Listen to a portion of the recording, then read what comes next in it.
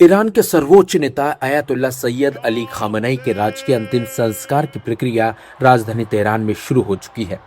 इस ऐतिहासिक और बेहद संवेदनशील समारोह में दुनिया के करीब 100 देशों के प्रतिनिधि शामिल हो रहे हैं। भारत की तरफ से राजनीतिक, सरकारी और धार्मिक प्रतिनिधिमंडल तेहरान पहुंचा है। भारी सुरक्षा व्यवस्था के बीच लाखों लोग अपने दिवंगत नेता को अंतिम विदाई देने के लिए सड़कों पर उमड़ पड़े। तेहरान के ग्रैंड मुसल्ला में दुनिया भर से आए मेहमान लगातार पहुंच रहे हैं। भारत में ईरानी दूतावास ने सोशल मीडिया प्लेटफॉर्म एक्स पर तस्वीरें और वीडियो साझा कर भारतीय प्रतिनिधियों की मौजूदगी की जानकारी दी।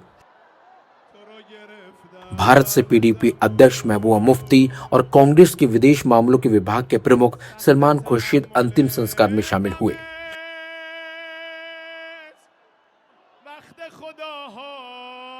इनके अलावा भारत सरकार की ओर से विदेश राज्य मंत्री पवित्रा मार्गेरिटा और बिहार के राज्यपाल सैयद अता हसनैन भी आधिकारिक प्रतिनिधिमंडल के साथ तेहरान पहुंचे।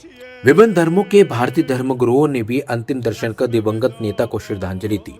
ईरानी मीडिया द्वारा जारी वीडियो में हिंदू, मुस्लिम और सिख धर्मगुरुओं को प्रार्थना करते हुए देखा गया। इस बीच तेहरान की सड़कों पर लाखों लोगों की भीड़ उमड़ पड़ी। लोग काले कपड़े पहनकर ईरानी झंडे लहरा रहे हैं और धार्मिक गीतों के साथ अपने नेता को अंतिम विदाई दे रहे हैं। शुक्रवार तड़के आयतुल्ला अली खामनई का पार्थिव शरीर ग्रैंड मुसल्ला लाया गया, जहां उनके ताबूत को इमाम हुसैन की दरगाह से लाए गए पवित्र लाल झंडे से ढका गया। ईरान सरकार के मुताबिक ये झंडा प्रतिरोध, बलिदान और सच्चाई का प्रतीक है। ईरानी राष्ट्रपति मसूद पेज़ेश्कियान ने इस अवसर पर गहरा शोक व्यक्त करते हुए कहा कि यह देश के लिए दुख की घड़ी होने के साथ साथ राष्ट्रीय एकता और मजबूती के नए अध्याय की शुरुआत भी है। अंतिम संस्कार की पूरी प्रक्रिया 4 जुलाई से 9 जुलाई तक तेहरान, कोम, मशहद, नजफ और करबला सहित कई प्रमुख शहरों में संपन्न होगी। आयतुल्ला अली खामनई का निधन 28 फरवरी को अमेरिका और इजराइल के बीच संघर्ष के दौरान हुए एक हवाई हमले में हुआ था। चूंकि अंतिम संस्कार 4 महीने बाद किया जा रहा है, इसलिए उनके पार्थिव शरीर को विशेष कोल्ड स्टोरेज में सुरक्षित रखा गया। आतंकवाद रोधी विशेषज्ञ डॉक्टर मोहम्मद उमर के अनुसार इस्लाम में रासायनिक एम्बॉम्बिंग की अनुमति नहीं होने की वजह से शव को कम तापमान वाली विशेष व्यवस्था में संरक्षित किया गया था।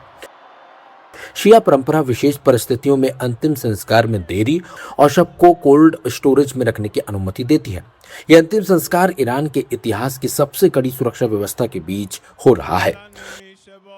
सुरक्षा एजेंसी हाई अलर्ट पर हैं और भीड़ की निगरानी के लिए हेलीकॉप्टर के साथ साथ हवाई निगरानी का सहारा लिया जा रहा है। सुरक्षा कारणों की वजह से सर्वोच्च नेता और दिवंगत नेता के बेटा मुज्तबा खामेनेई अपने पिता के अंतिम संस्कार में शामिल नहीं होंगे। भारत में उनके प्रतिनिधि आयतुल्ला हकीम इलाही ने इसकी पुष्टि की। इजराइल के रक्षा मंत्री इजराइल कॉट्ज के हालिया बयानों के बाद ईरान ने सुरक्षा व्यवस्था और कड़ी कर दी है।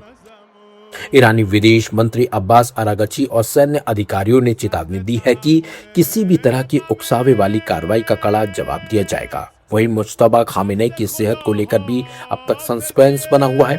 ईरानी अधिकारियों ने उन्हें मामूली रूप से घायल बताया है, जबकि अमेरिकी विदेश मंत्री मार्को रूबियो ने दावा किया था कि हमले में उनके चेहरे पर गंभीर जलन हुई थी। हमले के बाद से उनकी कोई नई सार्वजनिक तस्वीर सामने नहीं आई। ईरान के विदेश मंत्रालय के मुताबिक इस राजकीय शोक समारोह में करीब 100 देशों के प्रतिनिधि हिस्सा ले रहे हैं। इनमें पाकिस्तान के प्रधानमंत्री शहबाज शरीफ, चीन की नेशनल पीपुल्स कांग्रेस के स्थायी समिति के उपाध्यक्ष हे वेई, अफगानिस्तान के तालिबान प्रशासन के वरिष्ठ प्रतिनिधि, इंडोनेशिया समेत कई देशों के धार्मिक और सांस्कृतिक प्रतिनिधिमंडल और ईरान के मान्यता प्राप्त अल्पसंख्यक समुदाय के नेता भी शामिल होंगे। इस तरह यह अंतिम संस्कार केवल ईरान ही नहीं बल्कि अंतर्राष्ट्रीय स्तर पर भी एक महत्वपूर्ण राजनयिक और धार्मिक आयोजन बन गया है।